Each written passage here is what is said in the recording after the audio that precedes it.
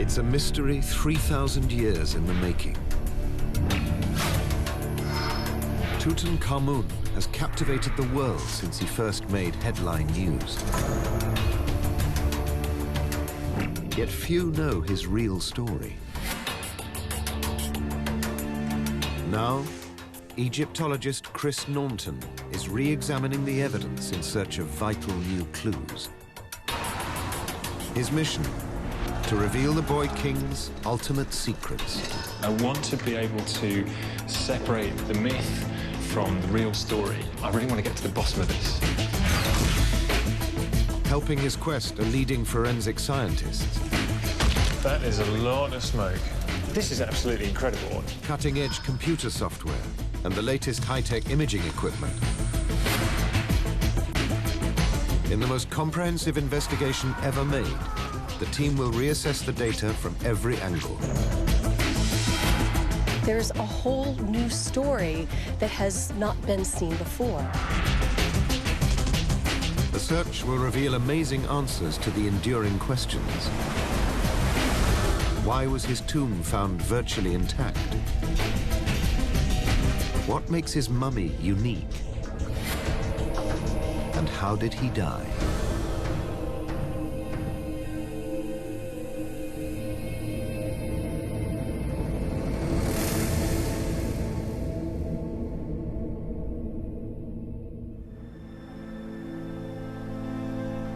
Egypt, the land of pharaohs.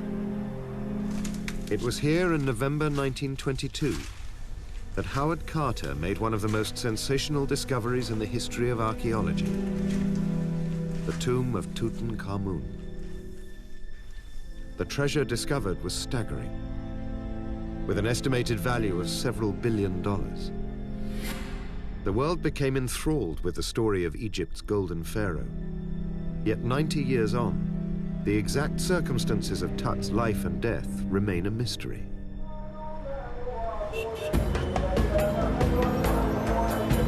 For Egyptologist Chris Naunton, this enduring puzzle has fueled a lifelong fascination.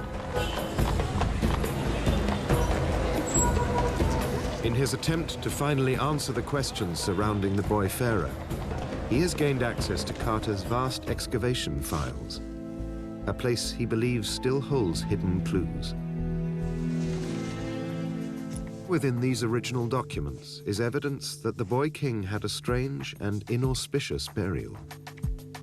Chris begins his quest to solve the mysteries of Tutankhamun, starting at the very spot where Carter made his momentous discovery: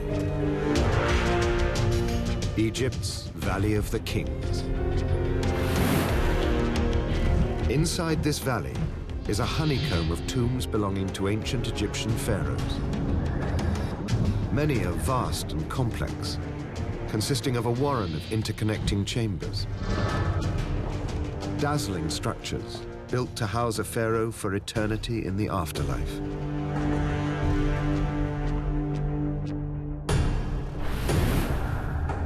Yet tucked away at the base of the valley is a modest tomb with just 4 tiny chambers, the final resting place of Tutankhamun. For thousands of visitors, this is a place where history comes alive. But what strikes Chris is that nothing here makes sense. These bizarre features are vital clues to the real Tutankhamun story.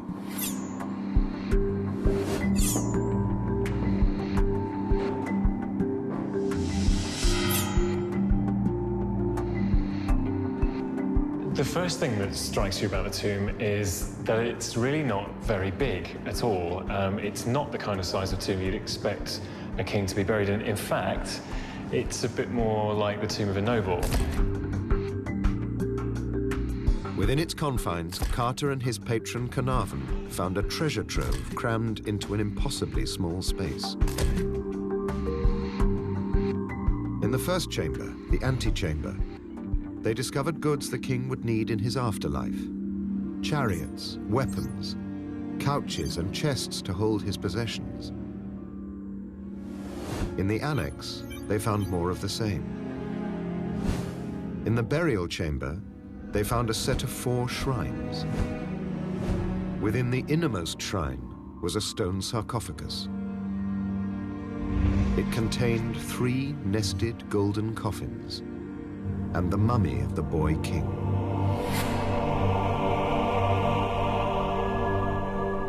Well, this chink here in the wall was the result of the very large series of shrines being moved into the burial chamber. As these shrines are enormous, there was only 30 centimetres gap between the outermost shrine and the wall.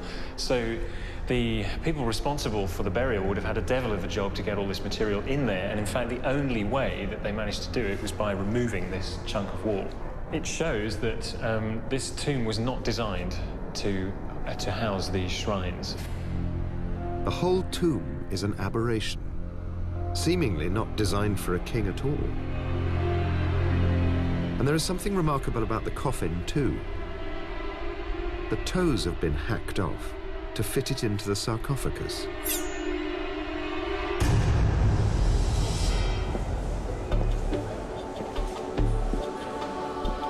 Inside the final coffin, on the mummy itself, Carter found the most iconic object of all, Tutankhamun's death mask.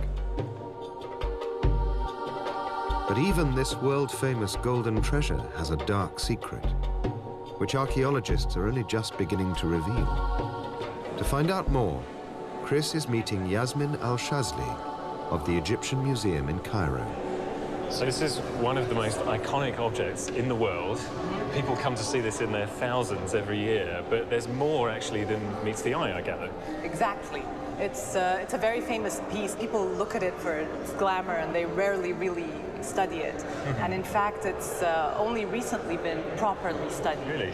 If you actually look very closely at the object from over here, you'll see signs of riveting and soldering. Inside the mask, where few people look, is a tiny clue to something unusual. Evidence of how the ancient craftsman joined the front face, the image of Tutankhamun, to the headdress behind. You can also see them here, where the face attaches to the Nemes headdress. Oh, you can see that really clearly. A closer look at the mask shows that the headdress and the face were actually made separately. Other interesting things about this object are that the inlays in the Nemes headdress are made out of colored glass. Right. While the blue inlays and the eyebrows and cosmetic lines are made out of lapis lazuli. Looks very similar. This unexpected use of lapis and glass tells Yasmin that the headdress and the face were made at different times. Another thing is that the ears are pierced. We know that only women and children wore earrings from the art, surviving art from ancient Egypt. Right. Adult kings did not. Really? Yeah. The headdress of Tutankhamun's famous death mask with its pierced ears was made sometime before the face itself and was originally designed for a woman. And there's another object in the museum that might hold the key to the identity of that woman. Some Egyptologists believe that Tutankhamun's middle coffin was actually made for his stepmother, the Egyptian queen Nefertiti. It's a theory that's never been tested until now. In Riverside, California, Professor Amit Roy Chowdhury works at the cutting edge of facial recognition software, developing programs for security firms and the military. Using the latest technology, he's aiming to solve this puzzle and identify who Tutankhamun's middle coffin was originally made for. So the question that we are going to answer is, do the features of the middle coffin match the Nefertiti mask better or the Tutankhamun death mask better? To compute the similarity between two faces, the software's first step is to identify and map the facial features of both individuals. Professor Roy Chowdhury starts with Nefertiti. So this is a face mesh in blue, and on this mesh we have marked the features that are of interest, the corners of the eyes, the mouth, and so on. And when the mesh is completely aligned with the face, the computer now knows where those feature points are on top of the face. The distances between the signature points are tiny, ranging from 2 to 4 millimeters, because essentially most faces are similar. But these differences are enough for the computer program to reveal a match that is statistically significant. So how does the Tutankhamun mask compare with the middle coffin? The middle coffin shows a 65% or even lower similarity with Tutankhamun, which is what you would probably get if you just take two completely unrelated people. You might still get a 60 to 65% similarity. This level of correlation is down to the innate similarity of all faces. So what about the Nefertiti bust? How does that compare? We see actually that the middle coffin shows an almost 85% similarity with Nefertiti. This gives us a very high level of confidence in saying that the representation in the middle coffin does indeed resemble the representation of Nefertiti that we had started off with. So these results are great, and they provide solid numbers to stand behind those theories. The work at Riverside is the most convincing evidence yet that Tutankhamun was buried with second-hand grave goods. But why would he be buried in his stepmother's coffin, in a tomb unfit for a pharaoh? Had he fallen from grace with the priesthood, guardians of the sacred afterlife? In 2005, the 3,000-year-old mummy was given a full CT scan.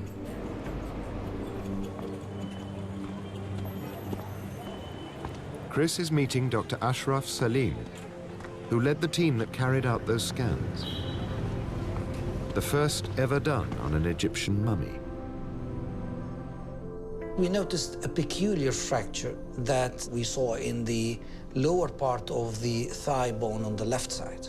The edges of the fracture are coated by a thin layer of resin. So we started to think, how could resin get inside the bone and coated unless he suffered from an open wound fracture? And when it comes the day of the mummification, they rinse all the body with resin. Some of the liquid resin got inside the wound, down to the bone, and coated the edges of the fractures. The wound was still open and bone exposed when Tut was mummified. He had clearly suffered some sort of traumatic impact. But what could have caused it? A dramatic discovery at Luxor Temple could offer an explanation.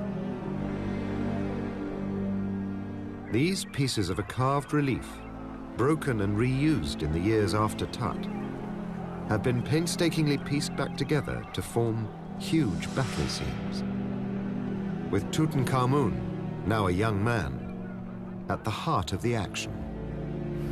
The key block is the one that we see right here.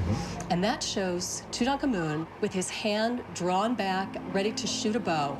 And you can see that, in fact, this is part of a huge battle narrative showing that he was not alone. Tut was, in fact, part of a larger scene that shows him in full battle. It would make you think that Tut was a warrior and that these are battles that he was involved in himself. For the first time, there is evidence Tut was a warrior fighting in major battles abroad. The carvings could even provide a clue about his death.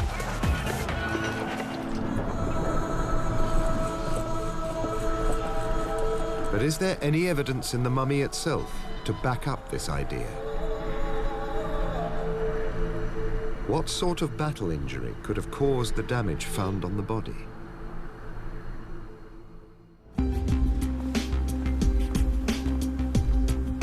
To pull these threads together and try to solve the puzzle of Tut's death, Chris has come to England. He's at the Cranfield Forensic Institute. Here, a team of scientists are combining all the data from the original scans and X-rays that have been carried out over the decades. They have created a simulation of Tut's body in a virtual autopsy using this unique invention, the anatomage table. It is a medical image display system. Right. Can you explain what's going on here, where these are missing? I mean, what kind of caused that? How's that happened? So it looks like there's a lot of damage on the left-hand side in particular. We've got really quite extensive damage to the rib cage on the left-hand side, which is where the heart is. Right. But the skull and interestingly, the left clavicle is still intact. We also have damage here. The whole of the left ilium, the iliac blade, is missing. Right. So could I draw on where it should be? This part of the pelvis is missing. Okay, so of course it should match. It should this side, we're it's symmetrical. just gone completely. Exactly, yeah. Right. And we have a fracture to his left knee as well, just above the knee. And you mentioned that the heart would be around here. Did you? Yeah. say? Shall we draw it on? Yeah. Could we? Okay. So the heart would be about here. Right. And that's right in an area where we've got a bit of damage. The damage actually. is concentrated over that point. Okay. Yeah. The heart actually was missing in the mummy of Tutankhamun, which is very, very unusual. So why would it be? I mean, that corresponds to the damage. Perhaps the heart itself was damaged. It's very likely that if there was serious damage before death and focused on the left-hand side, that his heart would have been damaged. For example, if he received force coming from the front of his rib cage, it's likely that ribs would splinter and could pierce his lungs and possibly pierce his heart. Right. And therefore it could be quite easily damaged and yes, I would presume likely to be removed by embalmers. Okay. If that hypothesis is right and the heart was badly damaged enough to have been taken away, it would have had to have been a really serious... The damage would sort of be extensive. So, why is it that all the damage is on this sort of narrow strip here? I mean, what could that have been? I don't know if it's far-fetched, but could it be a wheel running down on that side of the body?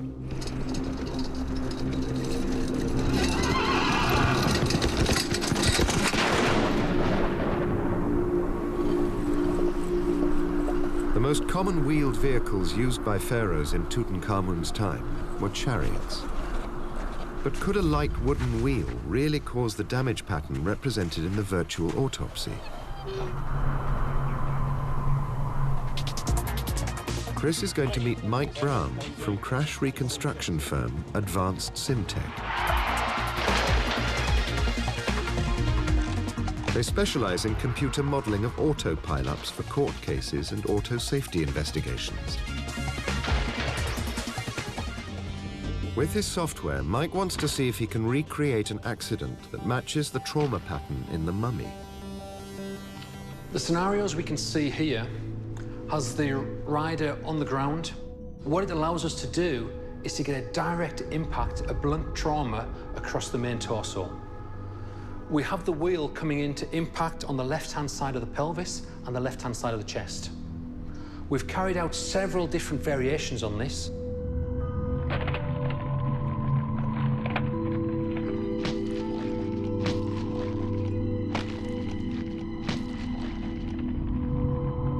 What we're seeing here is the scenario that we believe matches the closest. So, are you both happy that this kind of blow gives you the trauma that we see in the right places, but also misses the parts of the body that are apparently untouched? It's a very good combination of injury. It fits the effects and the symptoms we see here, and it also is severe enough to cause death. Yes. Would you say, Mike? That's a good question. I mean, is it enough? Is this a serious enough accident? Everything's in the right place, but is it enough to kill somebody? You've got critical organs behind the rib cage. The level of trauma, the force is being applied directly into the chest. We're compressing the ribs, possibly breaking the ribs, and hence behind there we have the lungs, the heart, organs that are critical to survival.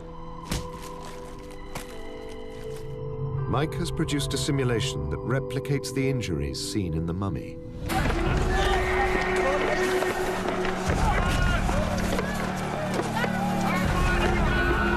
The evidence suggests that Tutankhamun could easily have died on the battlefield.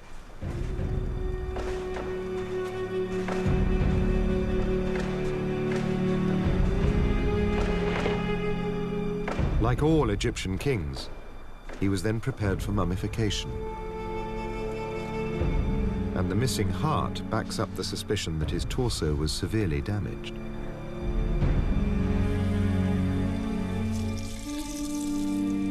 According to Egyptian mummification expert Salima Ikram, the embalmers would only have removed the heart as a last resort. It must have been crushed beyond recognition. For the Egyptians, the heart was the most important thing because they believed that that was a seat of intellect, of emotion, of character, of your soul. And so the heart was left in the body because it was needed in the afterlife when you would face the gods and they would judge you. Tutankhamun is probably unique in being the only royal mummy not to have heart intact. So it is very peculiar that the heart is not there, and it is very significant because this is something, a key piece of your body that you need for survival in the afterlife.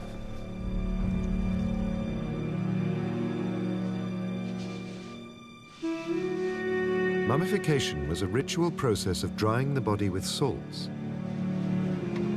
and anointing it with oils and resins before wrapping it in linen bandages. The mummies of the 18th dynasty, Tut's immediate predecessors, are considered by many to be the finest examples of embalming ever produced. But according to Howard Carter, the mummification of Tutankhamun did not match the standards of the day. Not only was the heart missing, but Carter described him as a charred wreck. Yet he offered no explanation for this conclusion, and no further analysis was done. What mysterious process could be responsible for the burnt tissue? To find out, Chris Naunton is going to Watford, just outside London, England. He is heading to BRE, the Building Research Establishment. It contains one of the world's leading fire test laboratories. Hi, David. Chris, pleasure to meet you. Nice to meet you. Welcome to the lab. Thank you. Give you one of these first. Okay. David Crowder, a senior fire analyst, is going to help him with his investigation. We've got a variety of rigs here. There's a representation of a house on the right. So, David, this seems like a pretty extraordinary situation to me. Have you got any idea how an Egyptian mummy could come to be charred? Well, we know that there's various oils used in the mummification process. In the fire investigation community, we know that linseed oil can produce self-heating. Linseed oil is just one of a group of vegetable oils with self-heating properties that could have been used during Tut's embalming. And the heating reaction is accelerated when the oil is spread over a large surface area, such as rags or the bandages used in mummification. But could it really char a mummy? So what we've prepared here is some quantities of rag and linseed oil. What we want is to maximise the surface area of the linseed oil that's actually adhering to the rags so that that reaction can occur with as much access to air as possible. The self-heating relies on oxygen from the air reacting with the oil as it dries. And the greater the surface area, the more opportunity there is for the drying reaction to take place, which can generate more heat. And it's important, obviously, that the oil hasn't dried, that it is still wet for this to occur. Yes, if the oil had already finished its reaction, then there would be no more heat thrown out. But if the oils on the body were still wet at the time the bandages went on, then it's possible. Yes. After the rags are soaked, they're bundled up tightly so the oil doesn't dry out too fast, like the wrappings on a mummy where the oil is still wet. They are then covered in more cloth, just like further mummy bandages. So this is our test area where we're going to set down our samples. What I've got here is thermocouples. We'll just enter these into the bundles, and what that means is that we can monitor the temperature within the bundle as it occurs. If we go outside and have a look at the logging equipment, we can see what sort of temperatures we're achieving.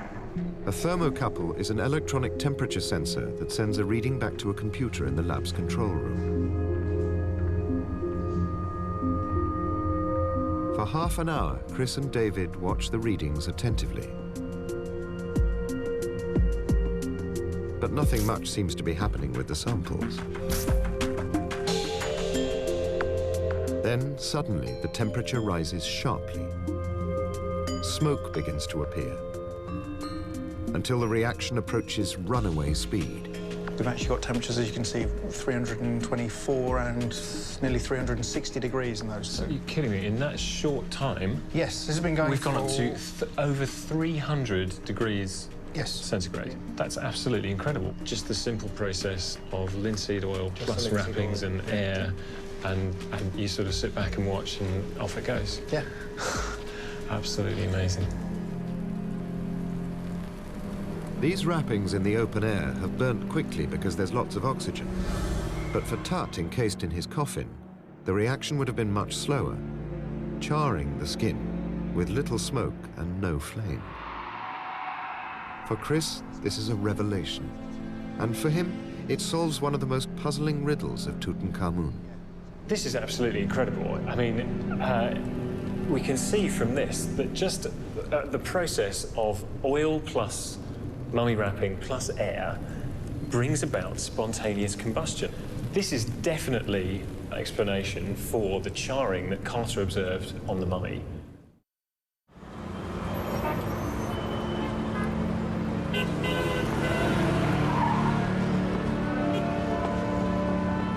Armed with this explosive new evidence, Chris is back in Cairo. He wants to discuss these findings with mummification expert Salima Ikram. For spontaneous combustion to take place, something must have gone badly wrong with Tut's mummification. Normally, you have 40 days of desiccation and then 30 days of the application of these oils and unguents and resins and wrapping. So it is possible that this sort of combustion occurred because they hadn't sort of paced their oils and drying time properly. And it was just sort of a rushed kind of thing. Right. But look at what it did. I mean, the poor thing's completely destroyed.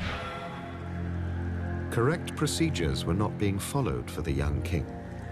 Tut's supposedly sacred burial was a disaster. The mummification was rushed. Second-hand grave goods had been rustled up and stuffed in a tomb not designed for royalty. But who would be able to hurry the sacred process of burial?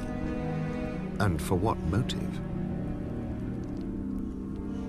Egyptologist Melinda Hartwig believes the culprit was someone very close to home. We know that Tutankhamun was buried in a hurry, which means that he was buried by somebody close, somebody high up, an official. And we have a clue to who that person might be.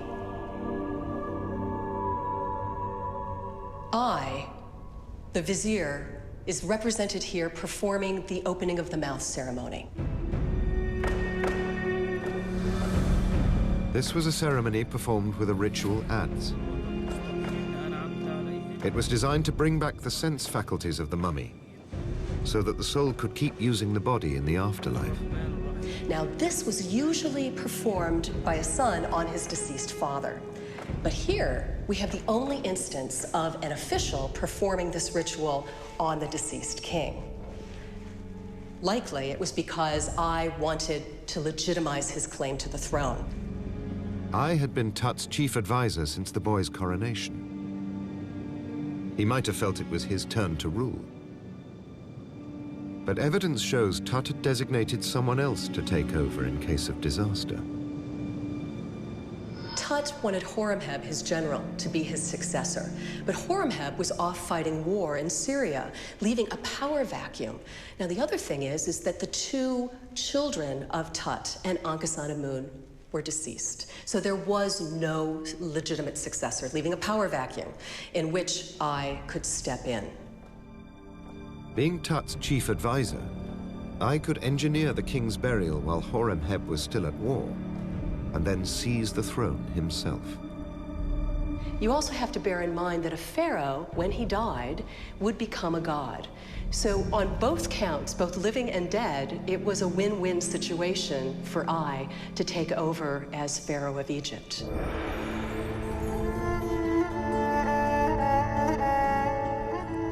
But I was already an old man, and his reign was short. He survived just 4 more years.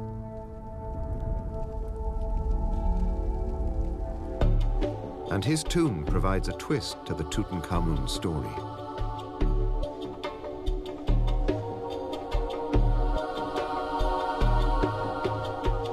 This is the tomb of I. It's much larger, contains more decoration than we have in the tomb of Tutankhamun. However, it seems that this was intended for Tut. This would have been a tomb that a 9-year-old who was hoping to live a long life would have started. But Tut never ended up here. I did. And there's an interesting theory that, in fact, the tombs are switched.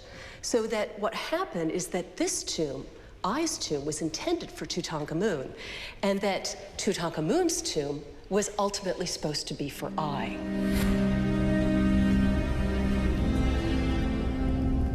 I was buried with the trappings of a great pharaoh, apparently in Tutankhamun's stolen tomb. And now the peculiar features in Tut's tomb are finally explained. It appears the boy king was buried in a rush in I's cramped chambers, so his advisor could seize the throne. The necropolis guards then sealed the tomb, apparently condemning Tut to an eternity of insignificance. Yet for some mysterious reason that has puzzled archaeologists to this day, his would be the only royal tomb in the Valley of the Kings to survive the centuries intact.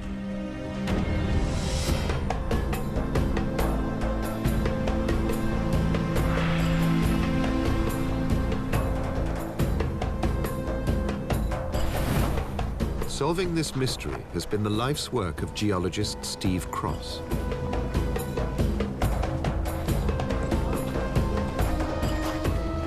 I've been interested in ancient Egypt, and specifically the Valley of the Kings, since I was 8 years old.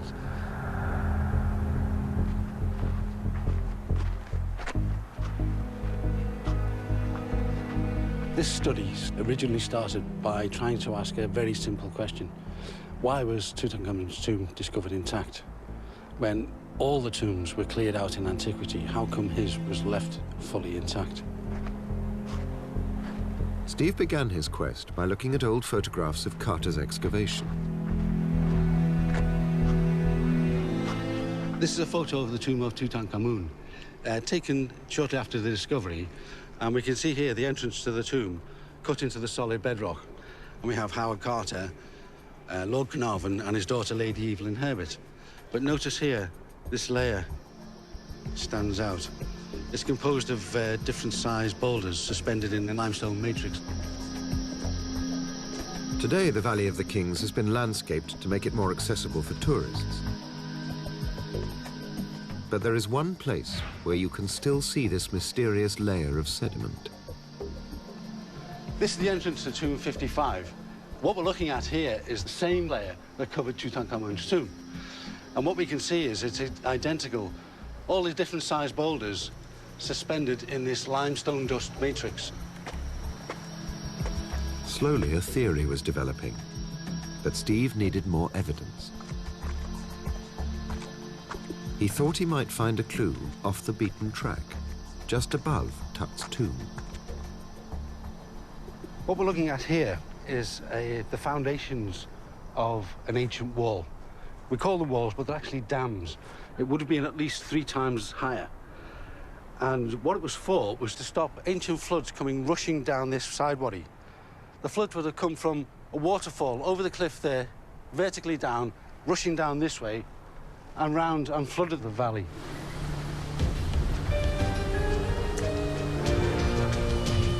Steve was beginning to wonder if a dramatic anomaly of desert weather might be the key. A flash flood, one of the most devastating forces in the desert. Flash floods here, because the land is so arid, are absolutely catastrophic.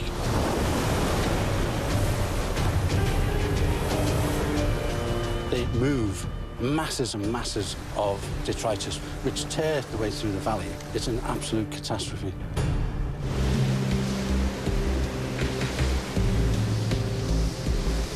Flash floods in the Valley of the Kings require a specific weather pattern most common in the autumn.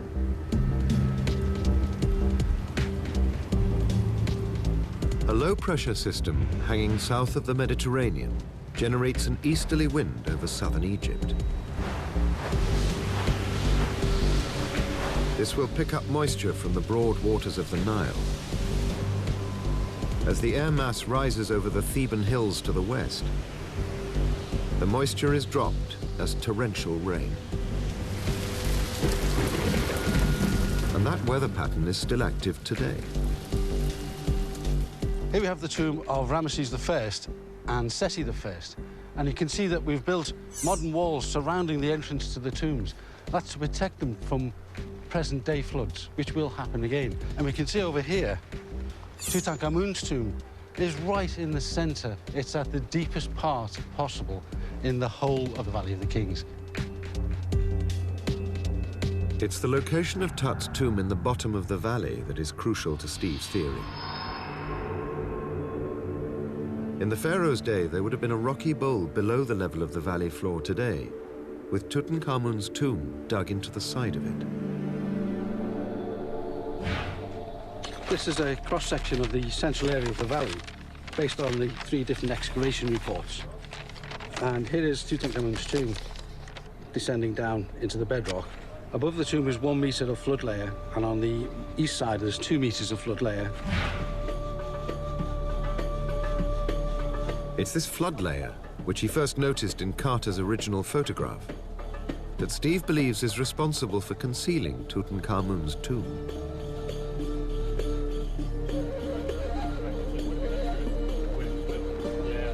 Chris has returned to the Valley of the Kings to catch up with Steve and hear about his theory firsthand.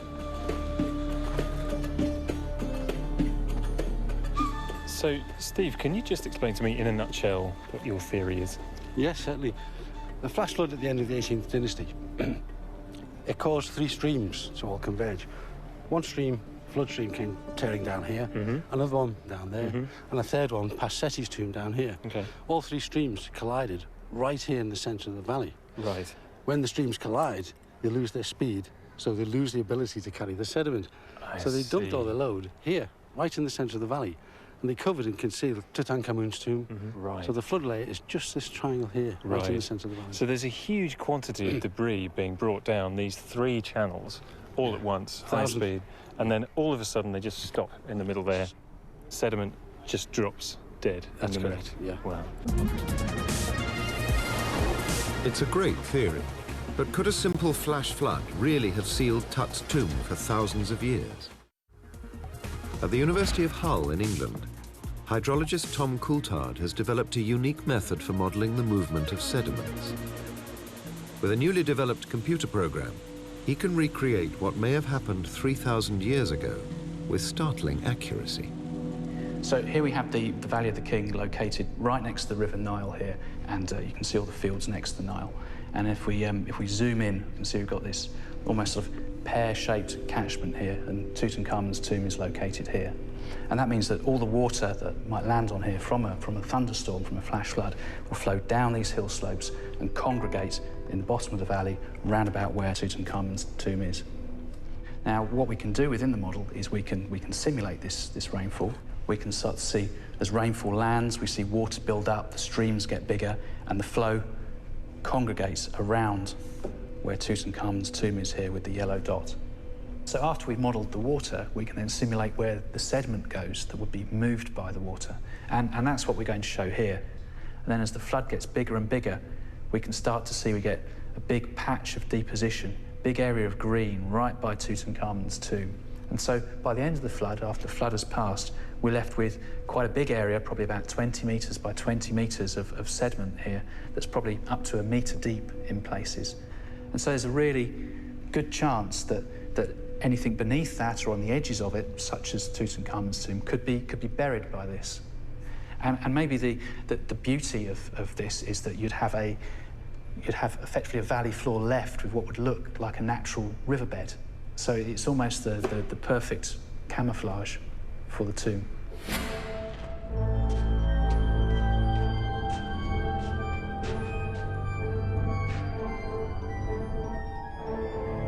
Steve reckons that during the summer of 1327 BC, the year of Tutankhamun's death, robbers would have entered his tomb and stolen the easily transported valuables.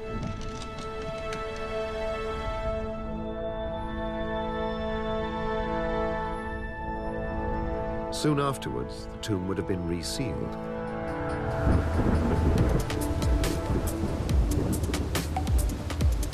In the autumn of that year, Steve believes a Mediterranean depression moved south.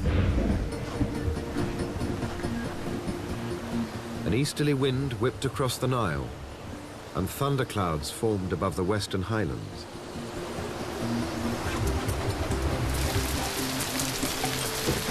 Rain poured down on the mountains above the valley. Within minutes, torrential streams had formed. In the bottom of the basin, tons of sediment was deposited. Tutankhamun's tomb was sealed, its treasures hidden for millennia. Once the stream has finished and the floodwaters have escaped, the Egyptian sun would come out and bake the flood layer as hard as concrete. So anyone coming along later would think, that's the natural floor of the wadi, there are no tombs underneath it.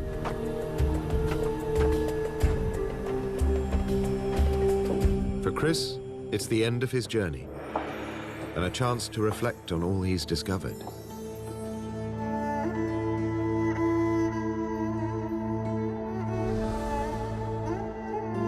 I feel as though I know a lot more about him than I did, and it's incredibly rewarding to have been able to take such a close look at the evidence. I feel closer to him. I feel as though we're a little bit closer to knowing the real person.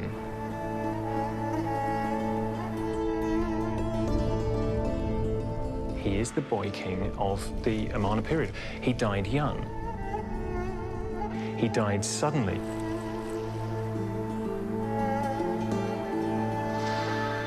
He was interred in a tomb which was never made for him. His burial equipment was, in fact, gathered from equipment that was already in use for other people. The tomb is then sealed. And thanks to a natural act of God, it's then covered completely until the point at which Howard Carter uncovers the tomb. And all of a sudden, of course, it's a sensation, and he is the best known figure we have from ancient Egypt.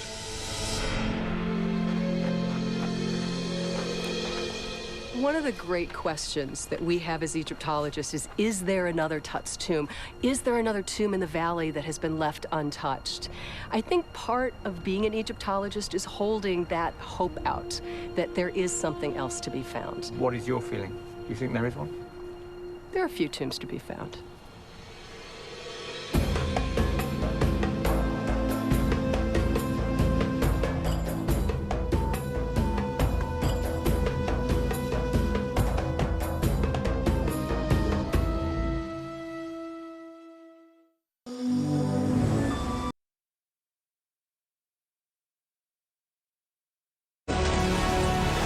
ما يعرفوش ان حق زمايلنا دول هيرجع من كل واحد فيهم والنهارده